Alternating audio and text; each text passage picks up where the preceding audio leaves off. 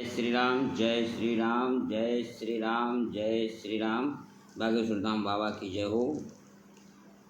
मैं कुछ भाई कार्य भैरव में रहता हूँ शमशान भूमि में, तो मेरा कुछ विचार ही कुछ अलग होगा। मेरा अपनी सोच जो है बिल्कुल अलग रखते हैं। और दूसरी चीज़ ये है कि जो आज के टाइम संसार में आप देखते होंगे पीड़ित लोग बहुत हैं। किसी न किसी प्रकार की पीड़ा उनके अंदर है। माता, बहन, भाई, परिवार, स्वयं का हम खुद एक परिवार से जुड़े हुए हैं।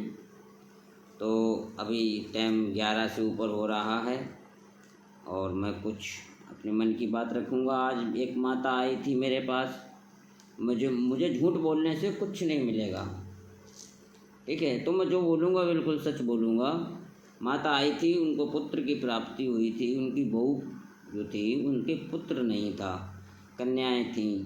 माता की सेवा करी, काल भैरव की सेवा करी, उन्हें पुत्र प्रदान हुआ। उसी को आशीर्वाद देने के लिए वो यहाँ तक चल कर आईं। तो काफ़ी देर उनसे वार्तालाप हुई। तो उनके कुछ प्रश्न ऐसे थे जो मैं नाम तो नहीं लूँगा माता का, मगर मैं सभी माताओं से ये निवेदन करता हूँ कि आप जितने प्रकार के कष्ट उठा रहे हो अपनी संतानों के कारण, तो हाथ जोड़ के निवेदन है कि ये दुख जो हैं हमसे स्वयं से जुड़े हुए हैं। पहली चीज़ जुड़े हुए इसलिए हैं क्योंकि हमारी संस्कृति, जो संस्कृति हमारी है, उस संस्कृति की कमी के अनुसार हमें ये तकलीफ़ों को झेलना पड़ता है।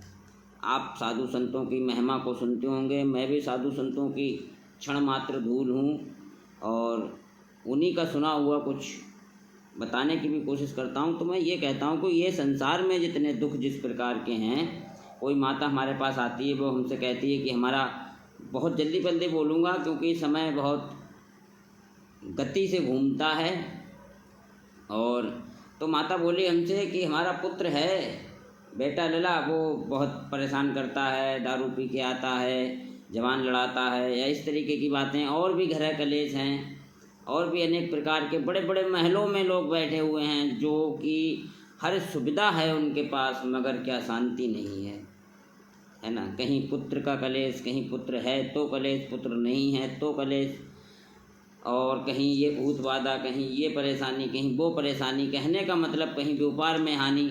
आप देखते होंगे बागेश्वर धाम बाबा के पास जो भक्तगण जाते हैं वो सभी कोई न कोई परेशानी लेके ही तो जाते हैं।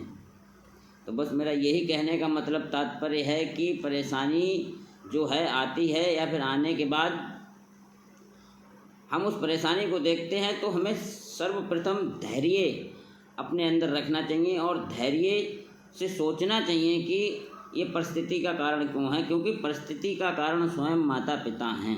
क्योंकि माता पिता के आचरण से ही बच्चा सब कुछ सीखता है। आज के समय में मैंने एक चीज़ और नई देखी है। आज के समय में जितने भी बच्चे जन्म ले रहे हैं उनके अंदर अद्भुत ज्ञान प्रकट हो रहा है, कुदरती। अब अद्भुत, जैसे मिट्टी का बर्तन, ये मिट्टी तो मिट्टी होती है, कण कण होते हैं, कण कण को जोड़कर ईंट बनाई जाती है और ईंटों से महल बना दिए जाते हैं। तो मेरा कहने का मतलब तात्पर्य ये है कि अगर हम अपनी मिट्टी को जैसा सांचा देंगे, बस वो बिल्कुल वैसा ही रूप लेने का कार्य करेगा। ऐसे ही हमारे संत समागम का कहना है कि अगर संतान है तो वो माता पिता को और अपने परिवार में देखते हुए आचरण को, धैर्य को, सहन को, शीलता को, कर्म को, उद्कर्म को, उत्पात को, इन चीज़ों को देखकर वो बिल्कुल वैसी ही धारणा पैदा करता है कि अगर मेरे माता पिता ने अगर कोई गलत काम किया है और मैंने उसको देखा तो मैं भी करने की कोशिश करूँगा। क्योंकि इसीलिए मैं अब सभी मातृशक्ति, पितृशक्ति और बहनों से निवेदन करता हूँ कि कुछ कार्य ऐसे होते हैं जो कि केवल हम तक सीमित रहते हैं। संतानों के लिए हम अपनी संस्कृति प्रदान करें, और ख़ास कर ये है कि बच्चों के सामने ऐसा कोई कृत्य ना करें जो कि वो उस कृत्य को देखें और उस कृत्य को बाद में अपनाने की कोशिश करें। क्योंकि जब हमारे पास संतान का जन्म होता है या संतान हमें प्राप्त होती है तो हमें बहुत सुख होता है, बहुत अनुभव प्राप्त होता है। मगर वही संतान जब बड़ी हो जाती है और बड़े होने के बाद जब आपके सामने खड़े होकर या आपके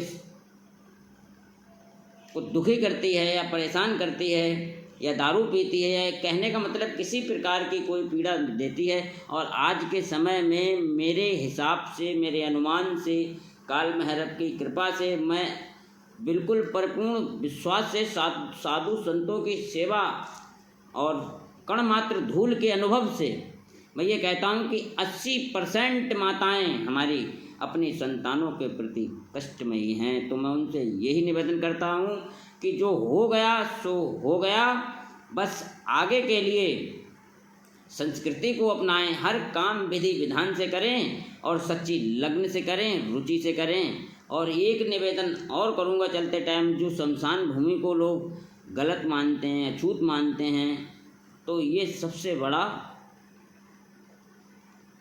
गलत कार्य है। शमशान भूमि अछूत नहीं है। शमशान भूमि में माँ जगदम्बा, जिंद महाराज और शंकर बाबा स्वयं शिव पुराण में कह के गए हैं कि युगों युगों तक शमशान भूमि में मैं जागृत रहूँगा, कहीं रहूँ या ना रहूँ। हालांकि वो तो कण कण में वास करते हैं, त्रिलोकापति, देवों के देव, महादेव, आदि देव हैं और कालों के भी काल महाकाल हैं। तो उन्होंने ही कहा कि मैं शमशान भूमि में हमेशा अपनी शक्ति को बनाए रखूँगा और यहाँ पे मैं उपस्थित रहूँगा। यहाँ पर छूतक नहीं लगता, यहाँ पर आने से छूतक खत्म हो जाता है। यहाँ पर आने से, यहाँ पर सेवा करने से फल प्राप्त होता है। यहाँ पर आने से, पूजा पाठ करने से, यहाँ जिंद बाबा का थान है, सेवा करने से, शमशान भूमियों की सेवा करने से अनेक प्रकार की फल प्राप्त होते हैं। और दूसरी चीज़ सबसे बड़ी ये है कि हमारे जो पितृ लोग होते हैं और जिनका हम अंतिम संस्कार करते हैं, हर क्षेत्र की शमशान भूमि की बात कर रहा हूँ, जनमानस विश्व कल्याण की बात करता हूँ, क्योंकि हर जगह शमशान भूमि होती है। वहाँ पर हम जब अपने पितरों को या अपने माता पिताओं का अंतिम संस्कार करते हैं, वहीं सब कुछ कार्य करते हैं। तो आज के समय में पहली बात तो ये है कि कोई, मेरे हिसाब से तो मैं ये सोचता हूँ कि बुरा ना लगे, क्षमा करना, कि आजकल कोई काम विधि विधान से नहीं होता है, इसीलिए कहीं ना कहीं कोई पितृदोष लगा रहता है और हम अपनी समस्याओं से जूझते रहते हैं। किसी को हानि होती है, किसी को लाभ होता है, वो केवल पितृदोष लगा हुआ होता है, क्योंकि हम उनको सही से उनका कार्य ना कर पाए। क्योंकि मैं यहाँ खुद काल भैरव में रहता हूँ तो मैं देखता हूँ यहाँ पर, क्योंकि बहुत से कार्य ऐसे होते हैं जो कि एक आडंबर के रूप में कर दिए जाते हैं। जैसे हम एक छोटा सा एग्जाम्पल देंगे, 365 दिए मंगाए जाते हैं, मगर क्या कोई जलाता है 365? बस वो बत्ती इकट्ठी करी और रख दी और जला के। कहने का मतलब हमारा ये है, जो देखो साधु संतों की शरीकत तो शायद कोई कर ही नहीं सकता। इस सृष्टि में संसार के लिए गृहस्थ जीवन भी बहुत ज़रूरी है, मगर संत और साधु शक्ति भी ज़रूरी है। क्योंकि आज से पहले भी संसार था और साधु भी थे। साधु इसलिए होते हैं, साधु जो संसारिक लोग होते हैं, उनके पाप, उनके दुख, उनके कष्ट हरने के लिए और अपना जीवन त्याग देते हैं और सब कुछ संन्यास लेकर भगवान की सेवा और रचना करते हैं। क्योंकि हम साधु संतों के पास जो भी आता है तो हम उसे आशीर्वाद देते हैं, तो वो ये सोचते हैं कि हमने इनके पैर छू लिए तो हमें आशीर्वाद मिला। मगर ये सोचो कि उनने आशीर्वाद दिया तो तुम्हारे कष्ट उन्हें अपने ऊपर ले लिए। आपने बहुत से ऐसे महात्मा लोग देखे होंगे जिनकी मृत्यु अनेक कष्ट में ही हुई थी। तो उनसे किसी शिष्य ने पूछा था कि प्रभु आपके साथ ऐसा क्यों हुआ? तो मैंने कहा, या उन संत महाराज ने कहा था कि जो आप लोग सभी हमसे मिलते हो, मैं सभी से कहता हूँ खुश रहो, आनंद करो, मौज करो, तो आप भी उन्हीं में से एक हो। तो तुम आप समझो कि मैंने कितनों को आशीर्वाद दिया, उनका सबका दुख अपने ऊपर ले लिया। इसीलिए मैंने अपनी दुख, परेशानी, सब कुछ आप लोगों की अपने ऊपर ली। इसीलिए मैं इस शारीरिक परेशानी से जूझ रहा हूँ और बस वही, क्योंकि मुझे दोबारा जन्म नहीं होगा, क्योंकि मैं इसी जन्म में सारा कष्ट भोग लूँगा। और ऐसी बहुत सी महान विभूतियाँ हमारे इतिहास में, हमारे ग्रंथों में, हमारे वेद पुराणों में पाई जाती हैं। आज के लिए बस इतना ही। काल भैरव की तरफ से मातृशक्ति से निवेदन है, संस्कृति को अपनाएं, बच्चों को उच्च शिक्षा का और उच्च आचरण, छोटे बड़े का सम्मान, और जो अभद्र वीडियो जो बच्चे बनाते हैं वो भी किसी न किसी के बच्चे ही होंगे। मैं ये नहीं कहता हूँ कि हंसी मजाक बहुत अच्छी बात है, आप करते हो, बनाते हो, बढ़िया चीज़ है, मगर कहीं ना कहीं हमारी संस्कृति को हानि भी पहुँचती है इससे। क्योंकि मैं ऐसी अभद्र वीडियो के खिलाफ हूँ और मैं निवेदन करता हूँ, अगर आप सभी लोगों का सहयोग मिलेगा मुझे, तो मैं ये ऑब्जेक्शन आगे भी उठाऊँगा कि अभद्र वीडियो जो कि गंदी से गंदी वीडियो डालते हैं बना कर, उनकी ऑडियो को चेक करा जाए और उन पर सख्त से सख्त कार्रवाई की जाए। बस यही निवेदन है। अगर आप सभी लोगों का, मेरे हिंदू सनातनी भाइयों का प्रेम और प्यार मुझे मिलेगा और मुझे ताकत और साहस देने का उत्कर्ष आप सभी लोग करेंगे, तो ज़रूर एक दिन ये भी हमारा जो हम बोल रहे हैं इसके ऊपर भी कोई ना कोई चर्चा जरूर होगी। और बाबा योगी आदित्यनाथ महाराज की जय हो, साधु संत समाज की जय हो, क्योंकि इस टाइम सीट पर साधु बैठा है जो कि परिवर्तन पे परिवर्तन हो रहा है। बस क्योंकि हमारी संस्कृति को वापस लाने की कोशिश हो रही है, मगर हमारी धी बेटी, हमारी बहन बेटी या हमारी मातृशक्ति की कहीं ना कहीं गलती है, जो कि नकल कॉपी करके विदेशियों की या अन्य देशों की कॉपी करके अगर कोई फटी पैंट पहन लेता है तो हमारे बच्चे भी फटी पैंट पहनते हैं, मगर ये नहीं सोचते हैं कि हम उसने फटी पैंट पहनी, वो कौन से मुकाम पर था और आज तुम फटी पैंट पहन के रिक्शा चला रहे हो, तुम कौन से मुकाम पर हो, क्या आपको ये शोभा दे रहा है। शुभ रात्रि, जय श्री राम सभी मित्रों को। बस इतना ही आज के लिए, और मैं कल फिर इतने ही टाइम एक वीडियो रोज़ डालूँगा, और आपका सहयोग अपने हर सनातनी भाई से प्रेम चाहता हूँ। और पीलीभीत के अरुण मिश्रा, अरुण और वरुण दोनों एक समान हैं, बहुत सज्जन स्वभाव और भक्ति भाव और समाज सेवा का कार्य करते हैं। मैं यहाँ आने बैठे बैठे देखता हूँ, मैं बड़े भाई को नमस्कार करता हूँ, और मैं ऐसे ही सभी का प्यार करता हूँ। और एक सुनील पाठक जी हैं, उनका भी मुझे समर्थन प्राप्त होता है। बस ऐसे ही आप सभी लोगों का समर्थन प्राप्त होगा तो मैं ये अभद्र वीडियो के खिलाफ अवश्य खड़ा हूँ।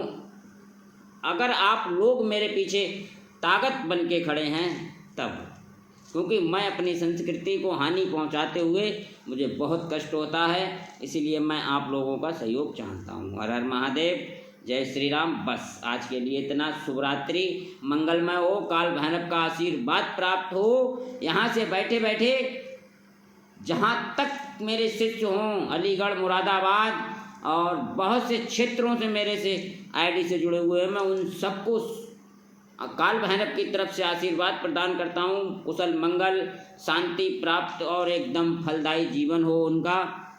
और चलते टाइम एक बात और कहना चाहता हूँ कि जो इस टाइम मेरे दिमाग से उतर गई, क्योंकि मैं कोई पढ़ा लिखा हुआ नहीं बोलता हूँ, जो कुछ बोलता हूँ बिल्कुल साक्ष्य और सामने बोलता हूँ। मेरे हाथ में कोई कागज़, मेरे हाथ में कोई पत्र नहीं है।